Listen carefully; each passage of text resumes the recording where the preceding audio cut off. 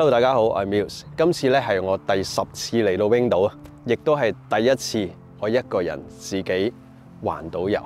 一般嚟講，10月份係冰島可以話最唔受歡迎嘅一個月份。佢係最多雨水啦，天氣最唔穩定啦。亦都係又唔係夏天，又唔係冬天。10月份呢一個天氣咧，其實都好趕你去邊一區嘅。Akureyri 嗰邊咧，可能係因為暴風雪啦，咁所以咧我就會見到哇一大片嘅雪地。呢個都係我今次計劃嚟呢一度咧冇打算睇到嘅景嚟嘅。因為我知道成個南部都冇噶嘛，但係我冇諗過嗰邊係會咁犀利。咁今次嚟到咧都會遇到有暴風警告啦，亦都有暴風雪警告啦，咁所以都特別刺激。咁好彩我自己嚟過冰島咁多次咧，有好多唔同惡劣嘅天氣咧，我都其實都感受過、經歷過，咁所以咧就唔係話太擔心。但係咧，唯一唔同嘅咧就係今次係得我自己一個人，所以都有啲刺激嘅其實。咁今次我嚟到見到唔同嘅天氣咧，我都非常之感恩啊！因為10月份本身就係一個不被睇好嘅天氣，即係基本上遊客係最少嘅一個月份嚟嘅，亦都好多人唔計劃呢段時間嚟咯，一係就會好似係等冬天啦，有啲就係索性係夏天啦，咁變咗秋天咧，其實係唔多人嚟嘅喎。咁所以我今次嚟到咧，都睇到一個非常特別嘅一個冰島啊，就係唔係太多雨水，亦都唔會話太多雲，俾我成日都見到佢個藍色嘅天空，睇到有風雪啦，當然，亦都睇到佢好恐怖嘅風暴啦。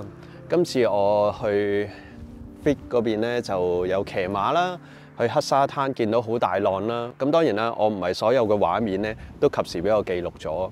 我想今次係比較 casual 啲、輕鬆啲、冇壓力之下去完成今次嘅旅程。呢個旅程咧就有阿 Lorraine 陪咗我幾日時間，就幫我影咗一啲 video 啦，影咗一啲相。咁所以咧，我就先行咗一轉南部。跟住就再翻去機場送佢走嘅，跟住我自己咧再環島一個圈。咁我自己一個人咧就由呢個西面開始向住 Snaefellsnes 個方向去啦。咁我自己咧就去到黑教堂啦 Kirkjufell 啦，跟住再直接就開車去到 Akureyri 啦，跟住再直接上到去Arctic Henge 啦，跟住我再落翻去 Vestfjord，跟住再翻嚟南部，兜咗1個半圈。咁其實有好多瀑布我自己睇過，咁亦都有太多瀑布，我唔想不停咁睇瀑布啦。咁所以有啲地方咧，我自己就 skip 咗嘅。咁我今個旅程最希望去影到嘅咧，就係 Vestfjord 啦，希望影到極光啦，希望影到 Vestfjord 嘅一啲唔同嘅面貌啦。第一次去到一個好遠嘅東北部，就係去睇呢個 Arctic Henge， 呢個係我咁多年裏邊咧係好想去睇嘅地方嚟嘅。呢個巨石陣咧，我喺網上邊咧就睇咗一啲人影，有啲有極光㗎啦。但係呢個巨石陣咧，奇怪地唔係好多遊客嚟呢一度喎。而家呢一度咧係冰島嘅最北面，我覺得我自己已經去到喺我人生入邊去到最遙遠嘅地方。有啲人可能會覺得冇乜特別啫，對我嚟講呢，呢一度係世界上最遙遠嘅地方。其實我自己呢，對風景係冇乜大嘅興趣嘅啫。所以咧，我諗我都已經20年冇試過好似而家咁對住個風景咁樣影相。但係，當你有呢一個熱情，你係想去做一件事嘅時候咧，就係我自己好想嚟呢一度影一輯相。當我真係好想嚟呢度嘅時候，好想做呢件事嘅時候，你就需要把握機會，把握時間。其實頭先我已經開咗車走咗啊。兜到去到酒店附近添啦，已經。跟住我見到個天，哇，開始清咯，開始變色咯。跟住我再走翻上嚟，但係嗰陣咧個天咧都仲未有咁多彩雲喺度嘅。咁我好快咁影咗啲，跟住就走，再拍咗啲航拍。拍完航拍又準備開車走嘅時候咧，我覺得個天好似有啲嘢睇下咯，所以我決定我呢度來回行咗上嚟3次啦。我俾我嘅啟發就係，你會唔會把握每一次嘅機會呢？我又唔係一個中意影風景嘅人嚟，但係如果我一心想去做嗰一樣嘢嘅時候，你一定要把握，一定要爭取。有時就係風景唔會等你。如果你覺得你影完你可以走，如果你覺得唔值得等，你亦都可以走。但係往往就係你有冇細心去睇，有冇細心去諗，去觀察。有好多嘢都係用心嘅啫，我自己覺得。如果你真係會把握呢個機會嘅時候，你就捉緊呢個機會，攞一張更好嘅作品返嚟。呢個就係我咁多年裏邊影相嘅宗旨，就我盡力去影。我可能我能力有限，亦都可能我運氣有限，但係每一次都會盡力去做，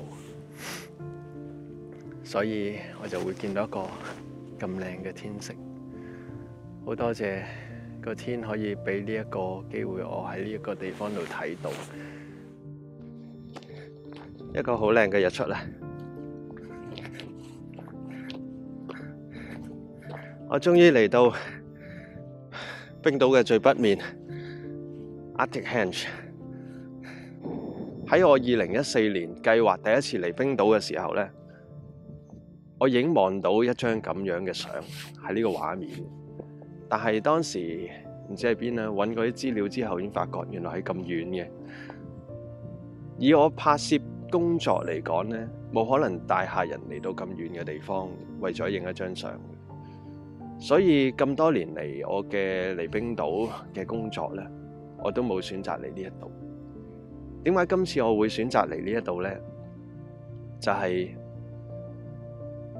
我好想去一個我心目中最遙遠嘅地方，去揾翻我攝影嘅初心，同埋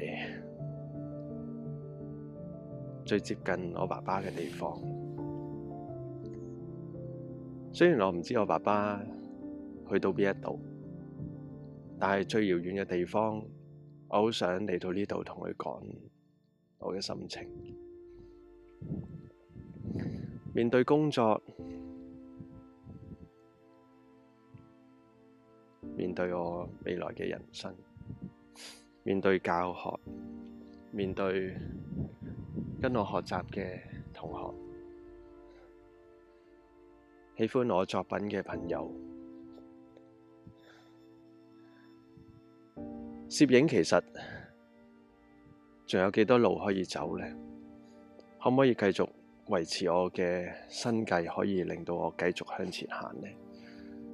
面對唔同嘅人嘅批評或者攻擊，我都希望我爸爸聽到我嘅感受。我好希望上天可以聽到我感受。感恩遇到一個好好嘅天氣。其實呢個建築我可以叫做一個建築啦。其實呢一度係未完成嘅一個建築嚟，但係個作者已經離開咗人間啦。因為個 budget 嘅關係啦，資金嘅關係啦，冇辦法完成得到呢一度。我睇過一張圖，我睇到一個模型，佢哋嘅興建嘅經過啦，同埋嗰個模型個結果係點樣？我睇到哇，其實如果呢一個 Arctic Henge 係真正完成嘅話咧，我諗佢係一個好靚、好靚、好震撼嘅地方。雖然而家對我嚟講，我都覺得係好靚，但係我睇完嗰個設計圖之後呢，我覺得好可惜。但係都好多謝個作者，令到我可以喺呢一度親眼睇得到。咁啊，天氣呢，呢邊叫做都仲有啲藍天。咁但係因為影親呢個陣呢，都真係需要幾對稱下。咁所以呢啲藍天呢，都係得個少少，好過冇噶啦。我頭先影咗啲有陽光添。咁所以呢，把握時間影咗啲。OK， 好啊！而家隻手咧凍到僵，我要唞一唞啊。唔知今晚個天係咪好清？如果今晚個天清嘅話咧，睇下會唔會有機會有極光啊！好期待啊！因為天氣嘅顯示今晚應該係清嘅，但係到而家係幾多雲啊？講不定，好難講。一陣間先就知啦。咁我而家可以唞一唞。因為聽日早上仲有一個機會個時間過嚟再影，跟住我就離開呢一個地方啦。好開心我可以嚟到呢一度啊！尋晚呢，我就過咗嚟睇下會唔會有機會睇到極光。喺網上面 check 過晒啲極光指數啊，所有 app 啊都係冇嘅。嚟咗咁多日呢，其實好多地方都有，但係好可惜呢，就天氣唔好。但係嚟到呢一度呢，天氣好好，但係可惜極光就唔喺呢一度出現啦。咁個結果呢，我尋晚就喺呢一度影咗啲星空啦，因為太凍啦，咁我都係影咗唔係太耐。我都好鍾意㗎喇，所以我覺得夠啦。都已經非常之好啊！好感恩個天可以俾咁嘅天氣我。其實我上網見過有啲人呢分享，佢嚟到呢，其實個天色都真係麻麻地。講真，如果嚟到呢一度個天色唔好嘅話呢，都有少少白離嘅感覺。所以呢，好感恩，好多謝，好開心可以嚟到呢一個地方。亦都好感恩個天可以俾到2日呢個咁好嘅天氣，我可以同 Arctic Handshake 影相，可以喺呢度拍咗一啲短片。我終於完成我呢個旅程嘅心願。我喺之前嘅影片分享過呢攝影師嘅價值。當喺個世界上邊冇其他人認為呢一樣嘢有價值嘅時候，其實你攝影嘅作品，你攝影嘅技巧，你嘅攝影係完全冇價值。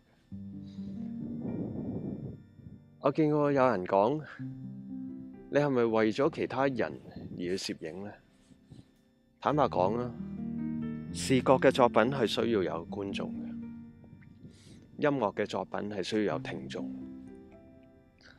如果呢個世界淨係得我一個人，我覺得我係唔需要去留低呢一個畫面俾自己，因為呢啲畫面一直都會存在喺我個腦裏邊，所以我係需要有觀眾。何況攝影係我嘅謀生工作，我係需要持續去運作呢一樣嘢。所以如果你唔係一個全職嘅攝影師，你會好難了解我嘅感受。攝影師要運作得唔係太商業，要你嘅作品唔係太商業，你要保留得到你自己嘅想法理念，其實係好唔容易嘅事嚟嘅。有幾多人可以維持自己嘅想法理念，而可以做得咁耐嘅呢？我覺得好難，好難。可能上一輩、上2輩嘅攝影師喺佢哋最輝煌嘅時候，佢哋可能揾到好多嘅金錢，所以嚟到而家呢個時間，佢可能已經擁有自己嘅物業啦，擁有自己嘅 studio 啦，咁佢可以好輕鬆咁樣繼續做佢嘅攝影興趣創作。但係奈何其實喺我嘅時代開始，從來攝影都唔係太容易做，但係都叫做可以維生過活，可以繼續任性咁去做自己想做嘅嘢，包括教學啦。由細到大，我係好鍾意將自己學識嘅嘢去分享，因為我好想用我自己嘅方法，用我自己去理解嘅過程、經驗、經歷去分享俾其他嘅朋友。所以大家可能會覺得我嘅分享係會有啲奇怪，又或者所謂嘅怪招。其實我覺得每一個人都可以用自己嘅方法去理解，去做出自己嘅作品。就好似 Albert King， 佢可以用一隻右手嘅吉他係左手去彈，某程度上可以講佢一定係亂咁嚟，佢先會可以做得到。如果正式嘅人去教佢，唔會教得到。佢所有嘅動作同我哋右手嘅人做嘅係相反，係難好多㗎。咁呢個係咪怪招呢？呢個係咪唔正確呢？我成日覺得唔識唔緊要，又或者你識你唔分享冇所謂。但係我覺得點解要拒絕其他人有其他嘅想法呢？我覺得呢樣嘢好緊要。接受大同係我嘅理念嚟嘅。有啲人習慣鍾意執相，冇問題嘅。其實我都會執相，但係咪代表我嘅作品就係是是但但去影，跟住靠執呢？我相信跟我學習過嘅朋友就會知道，我依然係會放好多心機時間去做每一張嘅作品嘅前期。當然後製我唔求其㗎，一張好似普通冇乜嘢執嘅地方，我都可以執好耐。呢個就係精益求精。你會唔會願意咁樣做？以前每一次嚟冰島呢，其實我都帶住一個好重要嘅任務啦，好大嘅責任啦，帶住我嘅團隊過嚟啦。成日擔心佢哋會出意外啦，擔心佢哋食唔飽啦，好多嘢我都係擔心客人嘅作品我可以影成點樣咯，天氣可唔可以令到我做到我嘅作品嘅效果啦。從來我都好希望我嘅團隊可以好 enjoy 佢嘅旅程，而我自己其實係背上好多壓力。好多嘢睇落去好似好簡單，但係當你自己將來出嚟做，自己做老闆，自己管理自己團隊嘅時候，我相信大家就會明白。今次呢，我就好自由，我可以自己管理我自己嘅時間，想影相就影相，想停低就停低。想食餐晚餐就去食，唔想食留喺房食個麵包都可以。呢個就係你一個人同帶住一班人嘅分別。我鍾意夜晚過嚟影1個鐘又得，影10分鐘又得。有時候呢，我真係唔知道我可以點樣做。可能水瓶座嘅性格關係啦，好多嘢我都鍾意自己去思考，唔係好鍾意解釋。咁我跟住落嚟呢，就會離開 Arctic Hantra，跟住呢就去 Dettifoss，跟住再去一個漁港，跟住我就會向住南部方向出發。咁今日開車嘅時間呢都好長，我諗都係要開成日嘅車。咁所以呢，我都補充體力，要盡快出去啦。上一次去 Arcary 咧，我就嗰日我揸咗9個鐘頭車。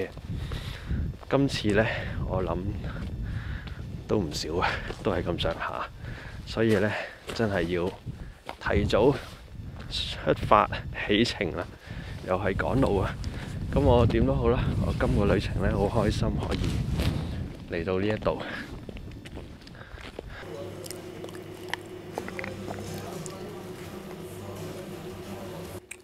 我諗呢度要再遲多少少先會落雪啦。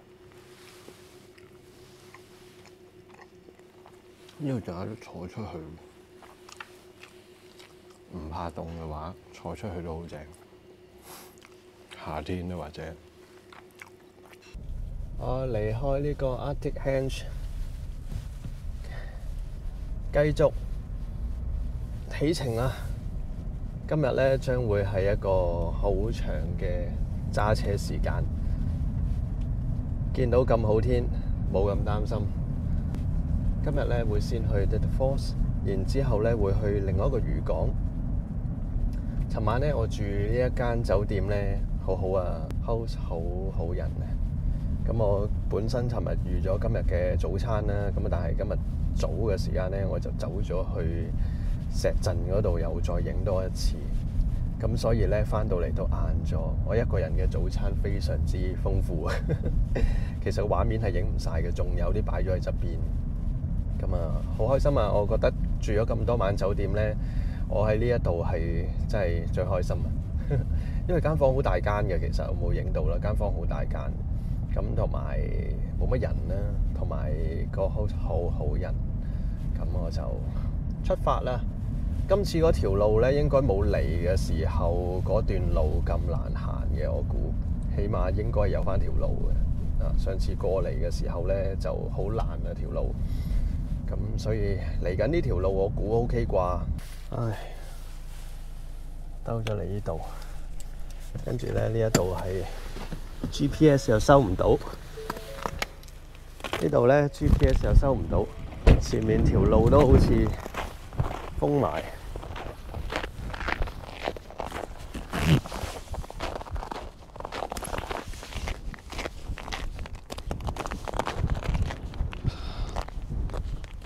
有一路上面咧係好跣嘅，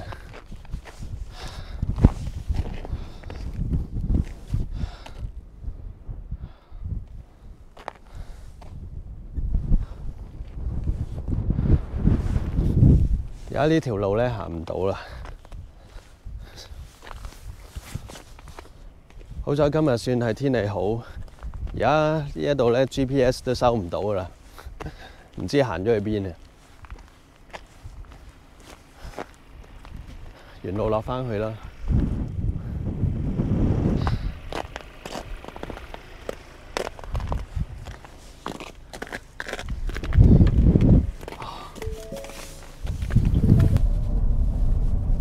試下睇下落去邊一度位置有返呢個 GPS 先，跟住直接長征啊，過返去南部啦。哇！啲路好難行，繼續上路。哇！好蹬啊！把握時間，我決定咧萬里長征，繼續今日揸6個鐘頭車，直接過去Hope，再去多次 Westrahon 睇下佢嘅日落。因為我而家睇咧嗰邊嘅天氣係唔錯啊。